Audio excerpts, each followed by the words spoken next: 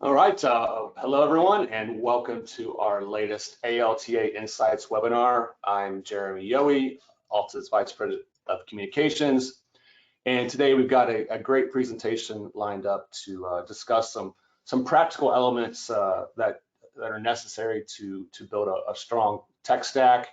We're going to look at things such as user interface, connectivity, ability to coexist with other technologies, and talk a little bit about cost. Before starting, always need to touch on a few housekeeping items, which I'm sure if you've been on our webinars before, you've heard me say 100 times. The webinar is being recorded. You'll get a link tomorrow to the recording, and you can always access all of Alta's webinars at alta.org/webinars. That's alta.org/webinars. If at any time you have a question, we will hold some time for Q&A at the end of the discussion. We do need to thank Qualia for sponsoring today's Alta Insights presentation. And before introducing today's speakers, we have a short message from Qualia.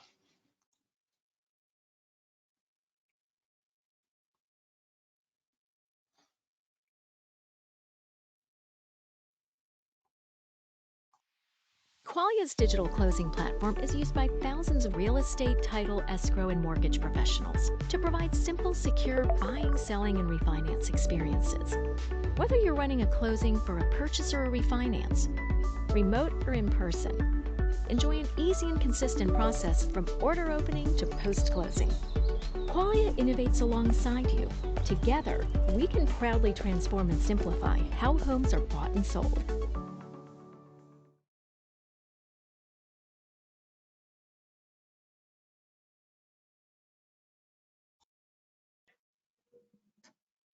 Okay, move some windows around here and we'll introduce the speakers. First, joining us today, we've got Jason Doshi. Jason is CEO and co-founder of Payments. We also have Hoyt Mann, president and co-founder of Alana, and Kevin Nitzehelser, CEO of Premier One.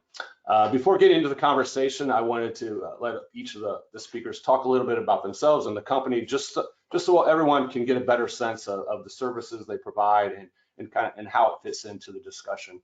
So, Jason, maybe a little bit insight into payments and how it helps transfer funds digitally and securely. Yep. Thanks, Jeremy. Thanks to Alta for putting this event together, and thanks Qualia for sponsoring. Watching that video kind of felt like I was at an amusement park and the doors were about to open and it was going to be this nice, cool, dark theater. So that's the feeling I got. Hopefully it's an entertaining and informative webinar for everyone else. So that was a nice little presentation there. So thanks to Qualia as well for sponsoring. Prior to launching Payments.io, I spent over a decade in the mortgage business. As an operator in that space, I really, understood all the pain points that were associated with the manual processes of moving funds around throughout the real estate transaction. The other co-founder of Payments.io is my brother, who ran a title agency. So having that, depth of knowledge has been extremely valuable to us to build out this tool that helps home buyers and homeowners securely transfer funds directly from their bank account to the escrow holder. And what's historically been done by sending paper checks, which we know is probably not a part of the real estate future. What's done by historically sharing account numbers and routing numbers exposes all parties in the transaction to risk and fraud. So our goal with Payments.io is really to eliminate the use of paper checks and help reduce wire fraud by providing a more secure way of transferring funds within a real estate transaction. So that's how we've positioned ourselves, and glad to be a part of this group today that's really looking at how technology can improve a title agency's operations and what can be done to help make them more efficient and secure. Cool. Thanks again, Jeremy. Yeah, definitely. How our members can use technology to protect the money in the transaction. Wire fraud continues to be one of the big things that keep our members up at night. Hoyt, how about yourself and Alana? Hey there, yes, Hoyt Mann, co-founder and president of Alana. As Jason was talking about his history, my history is one that started at RamQuest with my other co-founder, Randall Nelson. And one of the things we realized at RamQuest in over the past 20 plus years is customer service is key, and technology and how to deliver customer service in unique ways is what Alana was really founded on. And so functioning as an AI-powered virtual assistant, we are here in the title industry specifically and solely to help our customers enable that communication channel the best we can. Cool. All right. Thanks, Hoyt. Yeah, I mean, AI automation, definitely something that's really evolved over the past several years for the title industry. And Kevin, how about Premier One? Your company, a little different. You offer tech services, so title agencies kind of don't have to worry about their IT and tech services, right? Right. So Kevin Nincielser, COO of Premier One. We have been working with title companies in the industry for over 30 years as a technology integrator. So our goal and our purpose is to implement and support business technology. We are vendor neutral, so we work with lots of different vendors. We work with the third parties and the integrations that support them, and we seek to have a solid understanding of how all that technology works and works together to build a more efficient title agency. Cool. All right. Well, hopefully that gives everyone a little understanding of your backgrounds and perspective, what your companies do to help in this technology space and help solve the problems that the people on the call on the webinar may be experiencing. I'm going to stop sharing the screen just so everyone can hopefully they see us. Maybe. Anyway, they can see a small square of us. I know that. All right. Well, let's get into the conversation, and hopefully, you guys can give us a quick and kind of basic information of what actually a tech stack is. I'm a non-techie guy, so from my perspective, it's kind of like how do the different technologies integrate and work together, but it may be a little bit more than that.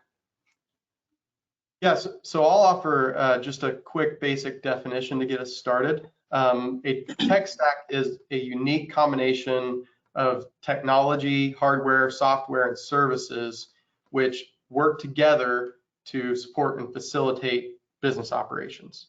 All title companies have their own special sauce or unique stack of tools and products and services and people that they use to present their product and present the best product available for their market. So that's a tech stack, is the technology that drives that. So Kevin, I'll add a little bit to that, which is, in that tech stack, I think that that idea of that integration, that companies are working together, that all for the greater good, if you will, all for that customized experience that title companies in essence are looking to provide to their customers. And so I think it's so important, as we've talked about together as a group, on how each of our technologies work together in a way to really to realize that idea of, again, a customized experience as well as an integrated experience that works well together. Yeah, no, I think I think those are good points. And I also, when title agencies or anyone, I think, thinks of a tech stack, I think it invokes certain, emotions and feelings of, okay, this requires a lot of engineering lift, and do I have to hire engineers? Do I need consultants to help me figure out what I need to do? And technology's come a long way where a lot of the solutions that are available today are pretty out of the box, right? There's a very low lift from a title agency's perspective and what it takes to actually implement and integrate it into their existing workflow. So, what I think, again, historically used to be, thousands, if not tens of thousands, if not hundreds of thousands of dollars to implement certain technology, monthly maintenance fees, or exorbitant amount of monthly maintenance fees, all these types of things I think are starting to become more reasonable and more attainable for title agencies of all sizes, right? So whether it's a title agency doing 10 transactions a month or 1,000 transactions a month, I think the technology that's available today is accessible to all sizes based on the low level of effort that it does take to effort and cost, right? Cost is obviously a big part of a title agency's business, and that's a central theme to our conversation today. So being able to implement technology, have them talk to each other with little to no cost from an implementation perspective is pretty important as well. Yeah, it seems like the availability and cost has really, come down. It allows a smaller operation to compete, with a multi-state company.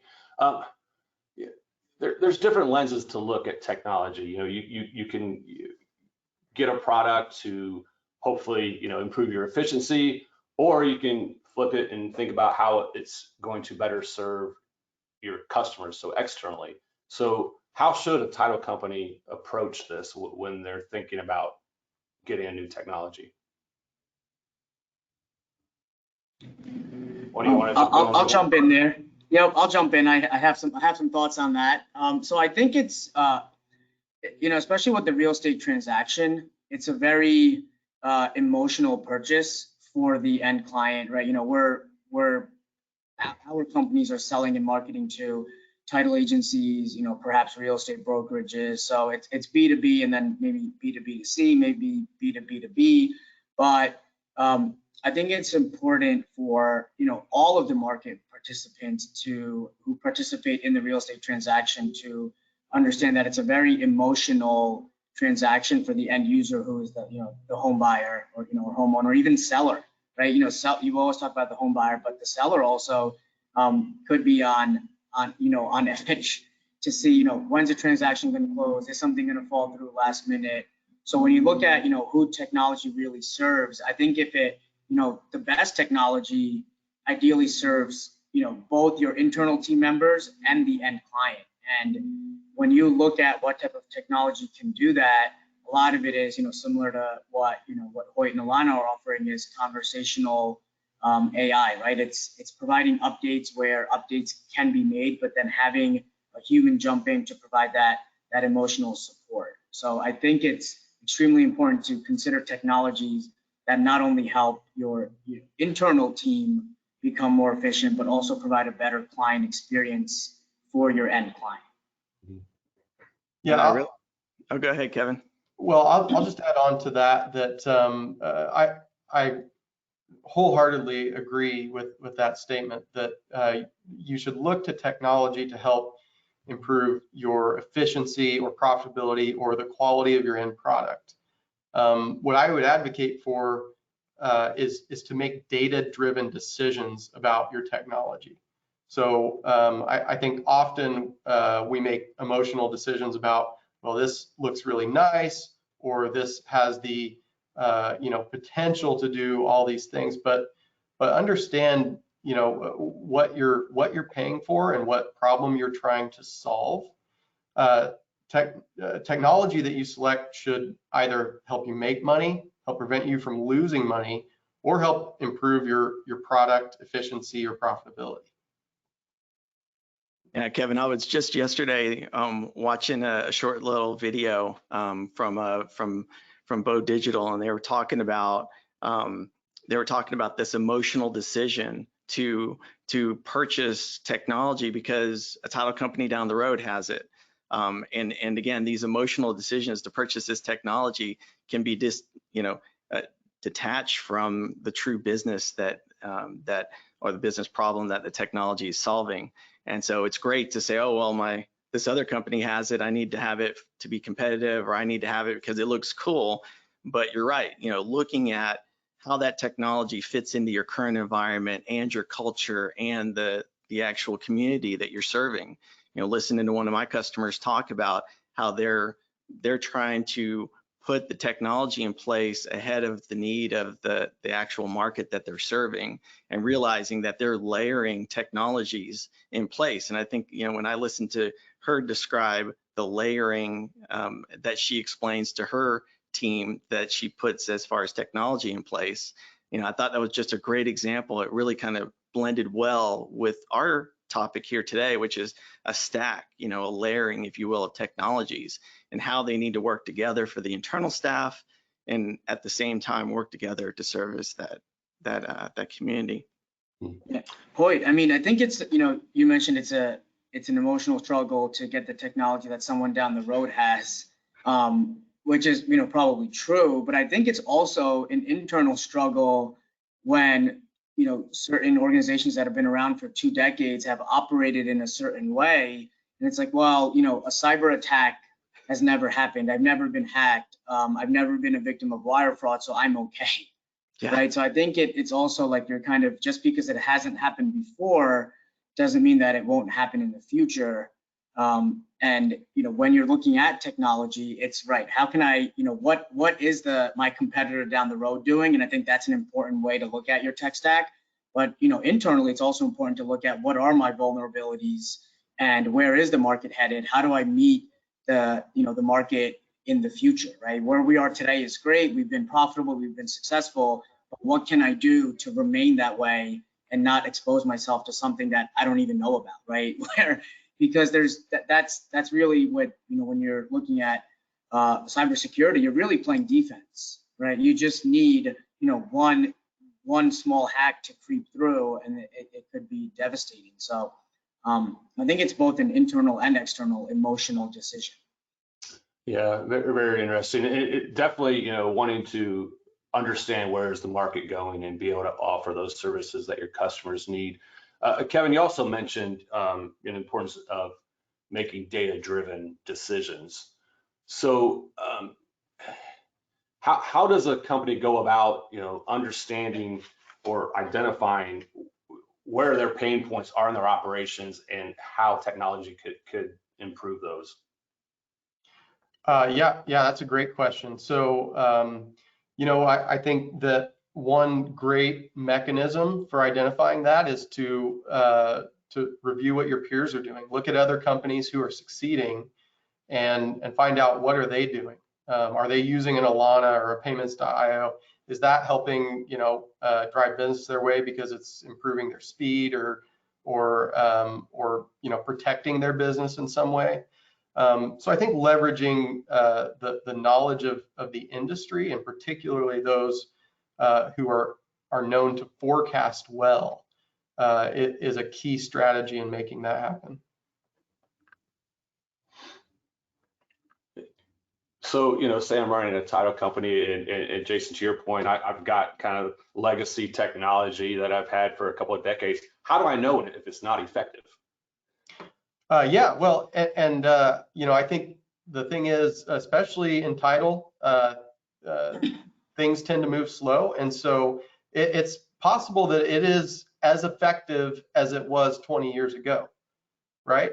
But the world isn't the same as it was 20 years ago, and so I think forecasting in the context of technology is critical to stay up to date, and you have to ask questions, not just is this working today, but is it going to work tomorrow? A key question that we talk about is you know, is your client base changing?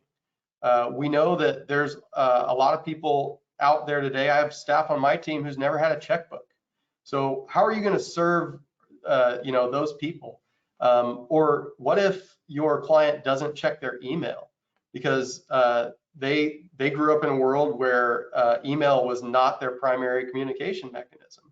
So I think title companies are not dumb. They understand who their client is better than anyone else, better than the vendors, better than a Premier One. They understand their clients, and I think the key is to take that knowledge and apply that in the context of technology to understand what you're going to need to be successful going forward. You know, Kevin, I love that part of as far as your staff never having a checkbook, that's a great point.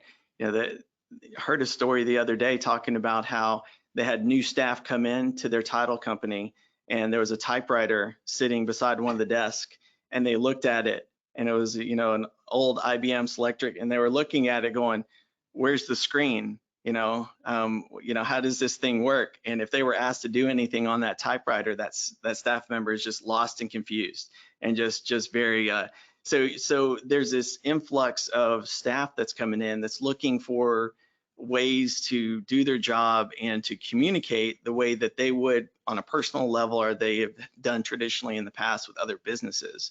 So it's a dual fold type solution here of, how does this new age, if you will, this new generation coming into the workforce, how do they come to a title company to be productive? And then at the same time, you got these first-time home buyers that are coming into the market, and they're now customers of a title company. They don't understand even the whole process of buying a house. And this is a first time for them. So it goes back to Jason, your point of being emotional. This is a celebration time that a lot of title companies get to experience. As far as these, now we're coming out of the pandemic, and we get to actually interface with people face to face. Yeah, and Hoyt, I'll add to that, because I touched on the client perspective, but I think it's also important for organizations to evaluate the employee perspective. So I would imagine many of the people on this call have had conversations internally about, do we bring everyone back into the office, or this employee, wants the flexibility to work from home part-time or full-time, or heck, we're trying to hire more people and it's really hard to find them. And so we have to also consider the world has changed from an employment perspective, and the organizations who can provide that flexibility and still generate the end product efficiently are going to have better access to better workforce. They're going to have lower costs in terms of brick and mortar, and they're going to have just more flexibility and adaptability as the landscape changes, and changes more quickly. We could probably have a webinar separately on how technology can help facilitate however your workforce is, whether they're in the office, they're hybrid, or working remotely. Especially if you're a title agent that serves rural markets, and you may not have access to employees that need to handle a certain skill set. Now you can pull in people from across the country that could help you with your business. Balance and flexibility, definitely, really important, whether it's business or trying to invest in technology. How does a company, look at, investing in technology, versus the long-term return and overall improvement? Kevin, I think you had some thoughts on this. Yeah, well, so I like to say that technology, sometimes you can look at it as like a roof on your house. Okay, so you want something that's going to be stable and not just be gone tomorrow. You want something that has lasting power, and something that you're not going to have to switch in and out often, because there's switching costs that you have to deal with. And ultimately, it's critical. One of the primary components of a roof, same as technology, is to protect the things that are inside your house. That security component is something that has to be evaluated, particularly in this day and age, every single time. So as that relates to cost, there's different models, right? There's the pay as you use type of model that is certainly more popular today than it used to be, and continues to, I would say it's almost becoming the default offering. But whether it's that, or it's an initial upfront investment, I think that's where that data-driven component comes in. Understand what the cost is going to be, not just today, but look at it over a 3-year period. I used to say 5-year period, but things change so fast now. You might just look at a 3-year period. But understand what the cost is going to be over that time, first of all, but don't just look at the cost. Also look at what will that provide, what benefit will that provide to my company, and we're talking money here, put a dollar figure to it. What is the value of that for 1 month? And what is that over a 12-month period? What's that over a 36-month period? How does that provide value to my company in the long term, whether it's a pay-as-you-go model or there's an upfront cost? So are you guys seeing more a shift towards the pay-as-you-go in terms of the different technologies that are available, or is it more long-term contracts that that you have to obviously is it a 3-year contract and you're kind of locked into it, and then a monthly maintenance, or what are you guys seeing in terms of the different technologies and how they're structured from a cost perspective? Well, I think you see both, right? And so it is not necessarily the case that one is significantly better than the other. It's that you have to understand what the pros and cons. So, hey, if there's a low barrier to entry and you can just start using this technology tomorrow, and there's really no long-term contract that you have to deal with, well, that makes it really easy to just try it on for size and see if it works for your company. But there may be technologies out there that are worth that longer term commitment. Certainly there are. And so, I think it's, Jason, to your point, it's just evaluating, regardless of the model, what is going to be the impact. Yeah, kind of what we've seen is, when you're at the cutting edge and, you're a little ahead of the curve and you're really anticipating the market, a lot of title agencies, look to see, would like to see how their clients will interact with the technology, before jumping in with both feet, right? So, because they see the value of it, but a lot of what we do is, B2B to C or B2B to B. So, the decision makers who may be, the executive team or, the ops leaders or the finance team, they may like the solution, but then when it's, the funders or the escrow officers, someone that's, more junior actually operating the business, they may have a different reaction to it.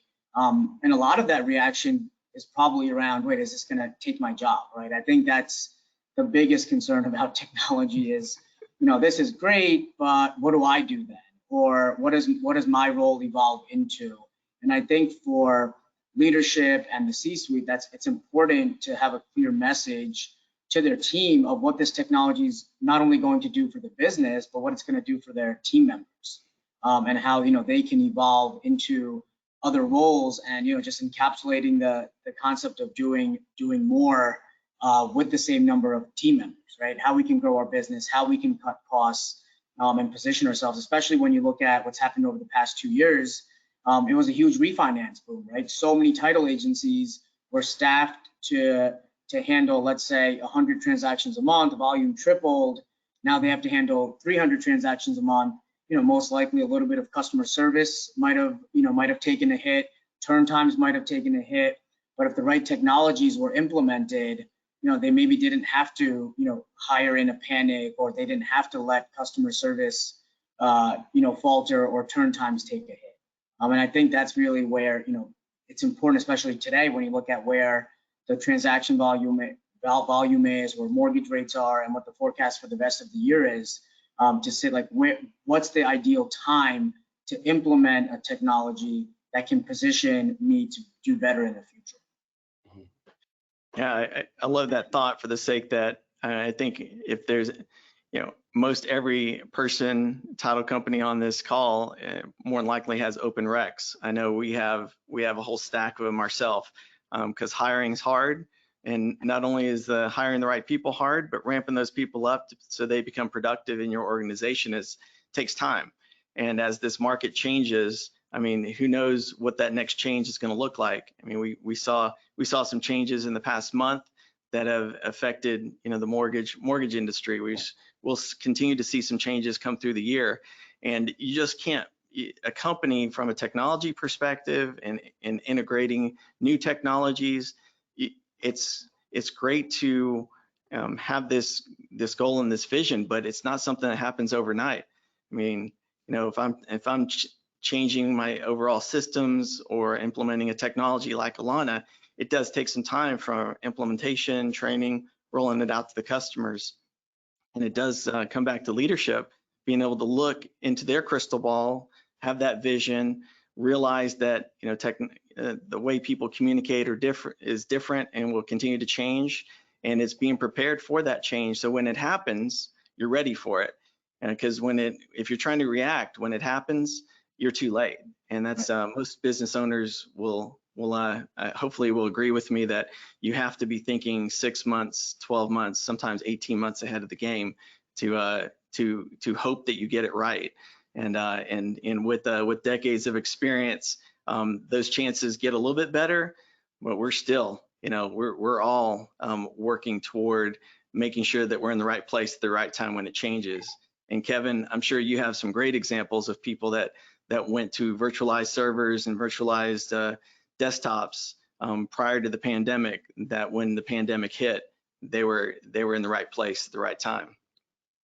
Well, yeah, I think that's a good point. And I think that we are also seeing a movement in the industry, particularly now, to invest in automation and artificial intelligence to help us better produce our product and do it more efficiently, particularly with less human interaction.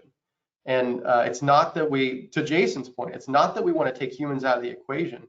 Humans are what makes the world go round. Right. But if we can allow our businesses to be more efficient by leveraging the combination of humans and what they do best, but also the newest forms of technology that can allow that to do what it does best. That combination is where the magic is. And we certainly do see the agents and the organizations who are starting to invest in that now, or have been investing in that, are already starting to see those gains, particularly as the market starts to flip a bit. Yeah, absolutely. I love that there was a talk that I was listening to that was talking about the human touch, coming, how does technology and the human touch actually work hand in hand? And in our industry, we hear it a lot. There's a fear-based reaction initially that, we don't need this technology. Our business is built on relationships. And it's like, absolutely, you got to keep those relationships. You got to continue to build those relationships. But with time pressures, with expectations of after-hour support or after-hour questions or 24/7 response, nobody can meet those needs and demands. And so that's it's a huge challenge that we're trying to. Again, there's a shift, and Kevin, and maybe Jason too. You guys are familiar with the technology curve.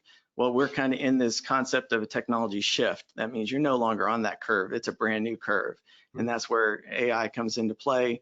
From a back-end production side of things, which is there's great case studies out there, and that's definitely a deep-rooted investment in technology to the front side, customer service, and that's obviously where we're at. And we've seen companies get a tremendous benefit by the phone ringing less and less emails coming in, because not only are they getting updates, which is absolutely necessary and basically short circuits that question, but being available for questions. What's that two-way communications look like? And we look at the logs of chats coming in, and it's just amazing to me that so many people interact as the person the virtual assistant they're interacting with is a person. They don't see the difference when they're communicating. And I'm like, there's all these notices. Hey, I'm a virtual agent. I'm not a real human. If you need a human, ask for one. But yeah, it's pretty funny that technology has come such a long way that you can be chatting with an AI and not realize it. Right. So. Yeah. Well, I want to just shout out to Jason's solution too, real quick, because we've talked a bit about how technology can be used to help make you more efficient, but it's also a protection. There's a protection component too, right? And when we're talking about humans and technology and how they mix, we've got to talk about human error. And I think that's one of the critical pieces of the transaction, is preventing human error and human interaction that takes those funds and wires them to an offshore bank account, right? And so that's, I think Jason can probably speak to that well. Yeah, no, for sure. Thanks, Kevin. Yeah, no, I think it's the human error component is a huge piece of it, right? Because a lot of what happens in mismanagement of funds is unintentional, right? I mean, 1 in 3 real estate transactions have intentional attempt of hacking or wire fraud, but the other 2 out of 3, there could be human error that wasn't intentional. And how do you safeguard against that? And a lot of it is, in other aspects of a home buyer's life, they are using this technology. Whether it's through travel or food delivery or hotel booking, or in Uber, for example. Obviously that's the classic example, but people want to know where things are. They want to know that their things are safe, and that could either be themselves, it could be their baggage going through a United terminal, or it could be their money being moved around in a real estate transaction, right? Every component can be tracked, should be tracked, and that's what people expect. They just expect that level of convenience and that level of security. And I think all of our solutions combined offer that, right? If someone wants an answer at midnight, they want an answer at midnight, and we as an industry should be able to provide that. If they want to know where their money is at any moment in time, we should be able to provide that. If they want to know that they're interacting with a secure system, we should be able to provide that. And that's they've come to expect that in other industries. It should be table stakes in our industry as well. Mm-hmm. And provide that audit trail. If you're a title company owner, where's the money and where's it going, and is it the right account? Hoyt, it's a little bit more granular, I think, for customer service to be able to really see, like, a solution like yours. How much staff time does AI take with whether it's online chatbot, or have you guys looked at that, and how much time can be saved from a staff perspective?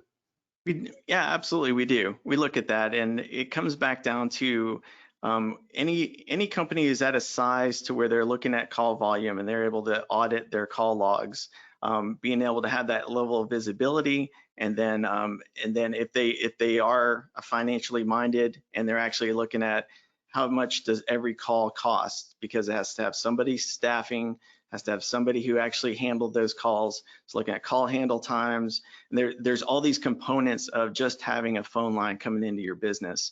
And so sometimes it's glossed over. I'm sure, Kevin, you get into the details of what does it cost to host a server. We're talking about power, pipe, hosting, cooling, all the good stuff. And the same thing with us. What does it take to man a phone line or an email inbox, and looking at the level of service that you're targeting as a business to be able to provide. So there's costs associated with each one of those channels of support.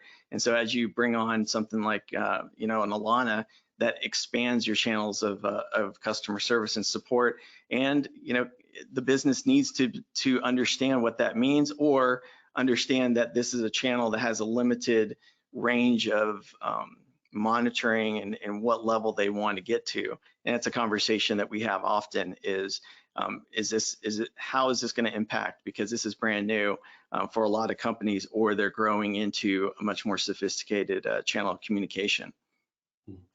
Hoy, I think that's a really good point, because I think people might consider that like a hidden cost, right? Like when you look at, someone just picked up the phone, what is the true cost of that? And it's hard to quantify that when it's like, I'm paying this person X salary. But what are they really doing with their time, right? How are they the most efficient with their time? And picking up the phone and answering a basic question is not the best use of their time. And the reason I'm getting passionate about it is because it's similar to sending out a check. When a title agency thinks about sending out a check, it's like, well, the checks are free, my bank doesn't charge me, and it's like 55 cents or I don't know how much a stamp costs, maybe 60 cents to send out a stamp, but that's not the true cost. The true cost is printing it, going to the printer, picking it up, putting it in an envelope, sending it out, having it returned. That's the true cost. And when you really look at those numbers, technology starts to make a lot more sense. And then it frees up your staff to, not incur more costs there, but maybe focus on other things that could generate more business, calling realtors or, drawing up more business from your clients. It seems like these days there's a lot of ways title company could spend its money, on technology, whether it's a digital closing solution, cybersecurity issues, hosting servers, in the cloud. But is there a time when too much is too much? Can a title company overspend on their technology? Kevin, you want to address that? Absolutely. 100% yes. It is often easier to pull the trigger or press the buy button than it is to implement the solution, get buy-in from your staff, and go through the whole process start to finish to actually fully utilize a product. And I would wager that probably folks on this call, folks on the panelist group, have softwares or systems that we're paying for but barely utilizing. It's epidemic. So yeah, absolutely, you can spend too much on technology. And that's where I think it's critical, first of all, to have a plan going in. So understand, once I click the buy button, who owns this new process or this new technology? Who's going to help implement it in our organization? Have we, asked other people in the company to weigh in on this and considered their opinions? Because, if the business owner purchases it and says, here you go, implement this, much lower success rate, right? So, and then also you have to consider technology that is easier and quicker to implement, right? There are some there's some bears out there that can take years upon years to fully implement, or maybe you'll never fully implement them. But when you can find a technology that you can fully implement quickly, they've got a pretty simple onboarding process, and you're going to see the results quickly, I think that's the sign of a good technology that you ought to at least be considering. And then certainly I have to say that not all of the big technologies are bad, right? Not all of the ones that do require a lot. Sometimes you have to invest a lot to get something really amazing out of it, right? And so also understand that there are resources in the industry, whether it's Premier One or consultants or whatever, who can help implement some of those more complex systems. But again, go in with a plan. Don't purchase and then plan. Yeah, I'd say where we started here, when we started talking about a technology stack, working with partners that work together, to me, is critical. Because, with Jason's product and Alana, our products work well together in a way that, communication and giving answers to people looking to provide money to a title company. I think it's a great case study, when we think about integrations and truly independent companies working really well together. That just makes both of our solutions even easier to adopt and makes them look really good for the sake from a customer experience perspective. It's transparent. I don't realize that, oh, hey, all these pieces and parts are working really well together. And then, Kevin, with a company like yours, being able to make sure your staff understands what our product does at a very low level, from an integration level, and shielding that. And that's, I think, one of your, Kevin, one of your great points is shielding the customer from the complexities of IT headaches. And so they don't have to understand all the nuances. But they get to benefit from all the great technologies that you have in place and all the security and safeguards that you guys have in place. But a company like ours, working well with your company, just gives a better experience, because that's, again, another layer that can, if we don't work well together, it's gonna cause your customer some headaches, and then ultimately the end customer headaches, and it's not going to look good for any of us. So that's why, I'm really passionate about partners working really well together in that, and making sure that everybody's educated and that we're all in the same mindset of giving the best service to our customers and ultimately to the industry. Yeah. Yep. Yeah, no, 100% agree with you there, Hoyt, because I mean, the real estate transaction itself is very fragmented, right? You have mortgage companies, title companies, realtors, appraisers, closers. It's, it's a very fragmented process, but within the title, piece of the transaction, if we can work together and close that gap, because there is still some fragmentation even within title, right? When you're dealing with searchers and, RON providers and TPS, it's not as seamless as one would hope. So, if these newer technologies do play well together, work well together, I think that benefit is exponential, because then at least within the title space, you're working well, and then you can branch out. Okay, now how do we work really well with the lender? How do we work really well with the real estate agent? And that's where we got to start, within our own, corner of our industry before we can expand outward. So I think the newer technologies, that we've all seen over the past year, 2 years, maybe 5 years at this point, I feel are working well together, but it's important that the technologies that you choose within your tech stack do work well together. Jason and Hoyt, how long are you guys seeing it takes a title agency to fully utilize to fully integrate and then utilize your solutions? I mean, a couple weeks, couple months? Yeah, we're definitely more on that 60-day time frame, is 30 to 60 days, depending on how aggressive a title company is implementing our technology. And again, we have such a deep integration in the workflow, deep integration in the TPS. It goes back to Kevin's point of, yes, there's an investment there, but the benefits are there to be had as well. Yeah, I mean, ours is a little quicker. It's a relatively easy onboarding, but sorry, Hoyt. All right. We're better than, no, I'm kidding. No, it's just an easier lift.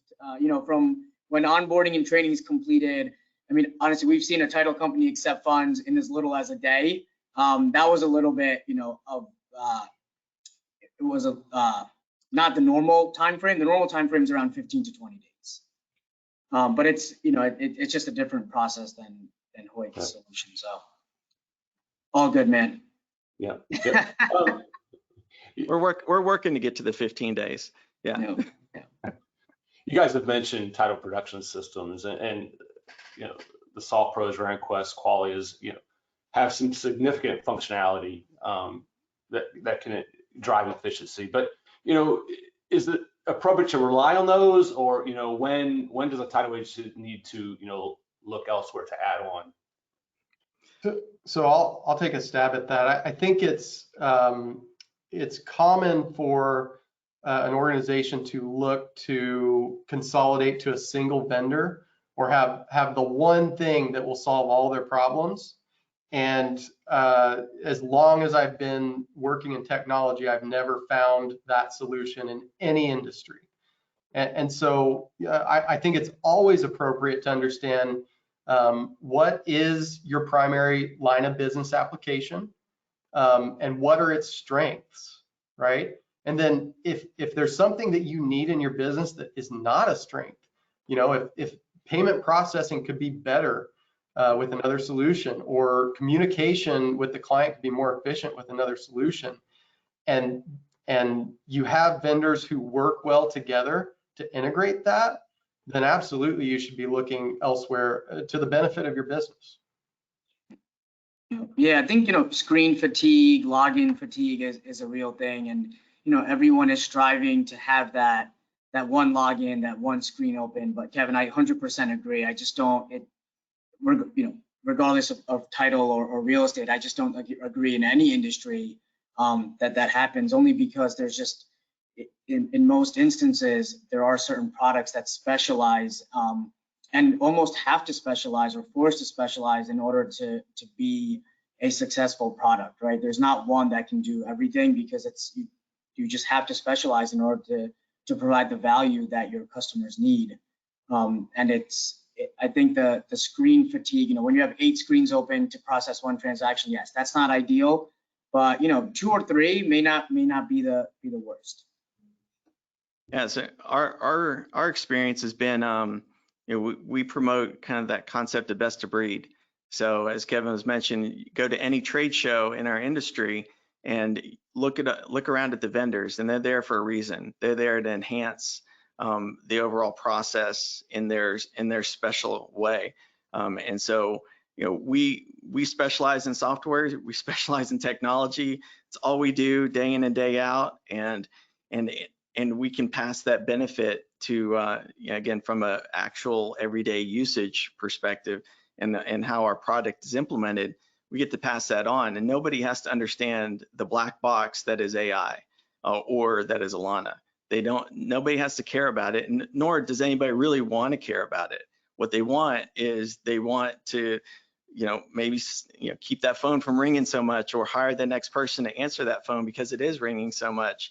What they just need to solve their pain points, and that's what we look to. We're able to flex in a way that a lot of these bigger companies, yes, they want to satisfy their customers, but all their customers have different needs and different desires and different focuses.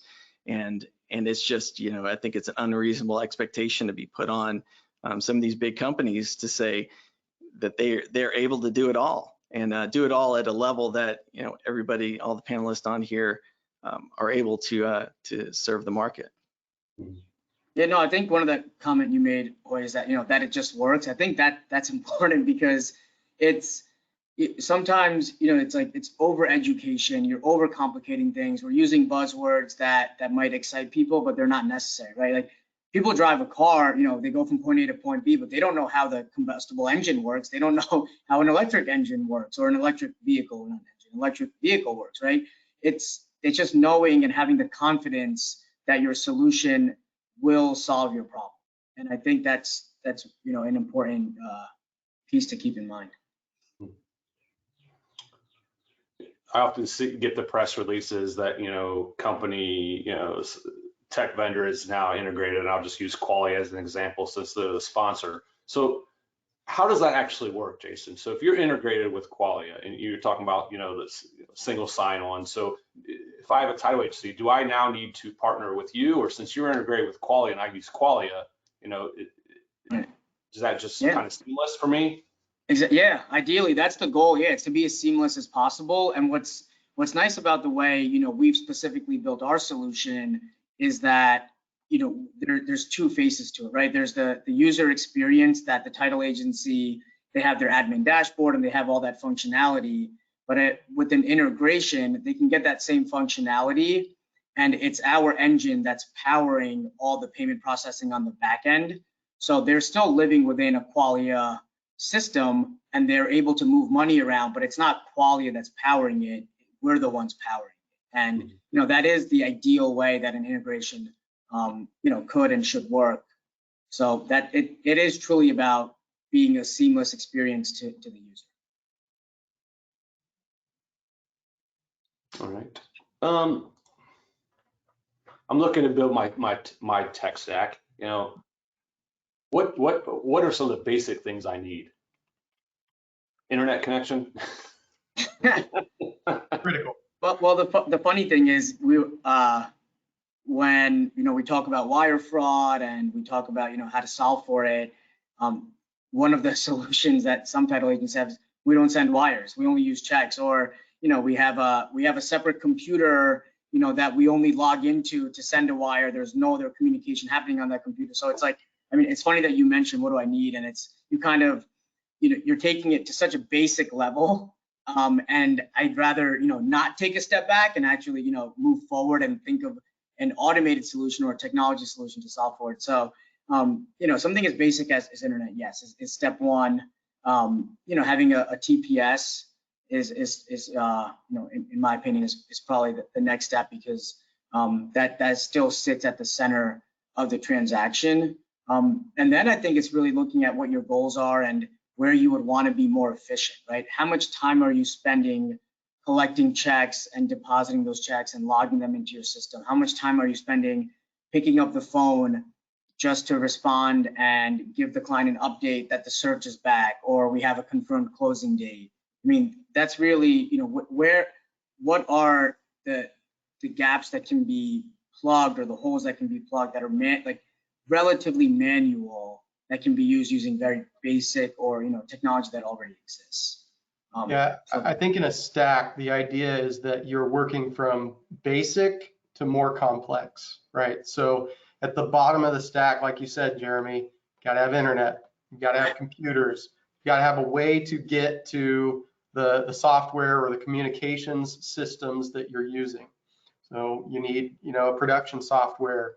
You need communication systems such as email and phone system, possibly a texting service. So those are kind of the basics, the bottom of the stack. And then to Jason's point, as you move up, then you start to expand out into this big world of what else is out there that fits my business needs best. What is going to make my business most successful, most efficient? It's going to be a different answer for many companies, depending on what region they're in or what type of the business they're doing. And so I think you, like I said, you start with the basics. In the basics and throughout the whole stack, though, you always have to keep security in mind, because any piece of that stack that you neglect that will make the whole thing crumble. Well, Kevin, it's definitely security. We've got, cybersecurity issues just keep, increasing daily. I mean, is that what, title companies are coming to Premier One? What are their concerns? Protecting data and protecting the money, and and in case their servers go down, that they continue to operate. Yeah, I mean, practically speaking, it's three main things. It's data breach, preventing wire fraud, and data loss, particularly through things like ransomware. So when we're talking about security, it's really just around protecting your data as a company, but then also the data of your clients and your employees. So the reason this is more critical than it's ever been, though, is because there are more attempts and more entities out there trying to take that data and doing so in a far more sophisticated way than they ever have. They're using the same advanced tools that high-end technology companies are using. Artificial intelligence is being used to attack this industry, just like it's being used to help this industry. So yeah, when it comes to security, I think the key is that we've seen an exponential increase in the volume and sophistication of attacks in the industry, whether it's wire fraud or ransomware or data breach. So focusing on things like implementing multi-factor authentication across all of your systems, just those low-level options. Typically, they don't cost anything extra except some time and energy, but they can sure save a lot of time and energy and a lot of money in the long run if you protect your business now rather than after the fact. Yeah, hard to measure, efficiency for a solution that protects against ransomware or BC, but the threat of potentially losing hundreds of thousands of dollars or millions of dollars, yeah, it's pretty bright light to understand. We are at the top of the hour. If anyone on the call has any questions, shoot them in, submit them in the questions box. We'll pitch them to the panelists. In the meantime, if we don't get any questions, maybe to wrap up, if each of you want to maybe share one or two in your mind, what are the one or two questions that a title agency owner should be thinking about when they're looking to build out their tech stack? Who wants to go first and then hit all the highlights first? I'll jump in real quick. When it comes to our technology, the questions I think are being asked is where is the industry headed? Where are your new sales coming from? Where how do you perceive growth? I mean, all of our businesses are measured on growth, whether it be your profit margins or your order volumes and your revenue numbers increasing. That's what we all strive for. So I would challenge any title owner to be thinking about these things, about their growth, how they manage that growth. And as we've been talking about here today, maybe the way you did it a decade or so ago might not be the right answer as we go forward to the next decade. Yeah, I would say keep in mind that technology is a means to an end, right? So technology itself is not the end goal, it's the means. And so, I see the end goal as being, particularly in this industry and in all, business is typically a people business. So how are you serving people? How can you do so better leveraging technology? And then, like I said before, bearing in mind with any answer to that question, is it secure? Well, Kevin and Hoyt took my answer, so no, I guess I'll channel Simon Sinek. I don't know if he's a thought leader, he's a philosopher in some sense. He talks about business being an infinite game, where Kevin, like you just said, right, it's a means to an end. And I think technology, when you are playing the infinite game, there's no end point. You're constantly evolving. You have to invest in technology, and you have to look at how things will be done. Not tomorrow, not next week, but some time period in the future, whether that's 6 months or 2 years. But there has to be some point that you're striving to at least reach from a technology perspective, and then evolve from there. Yeah, definitely. Technology it should be used as a supplement. It's still definitely, Kevin, personal business. Millennials have grown up, used to buying things online with their phones. However, studies have shown they still want that interaction with a human, someone to trust, to know that they're facilitating this transaction and they're just not buying a house on a computer screen. So, while you can have technology that can ease, the customer service, transfer of funds, the signing, the closing, you can do it remotely. There still needs to be someone there at the end of the day, that backstop, to give them the confidence that that they're just not sending their money to some overseas account. We have run a few minutes over, so thanks for sitting with us. Kevin, Jason, Hoyt, again, thanks for sharing your expertise. I do need to thank Qualio once again for sponsoring today's webinar. Three of you, thank you again for joining us today. Thank you. Thanks for having us. Appreciate it. Thanks a lot. Thank you. Thanks, everyone. Thank you. Take care, everyone. Yep.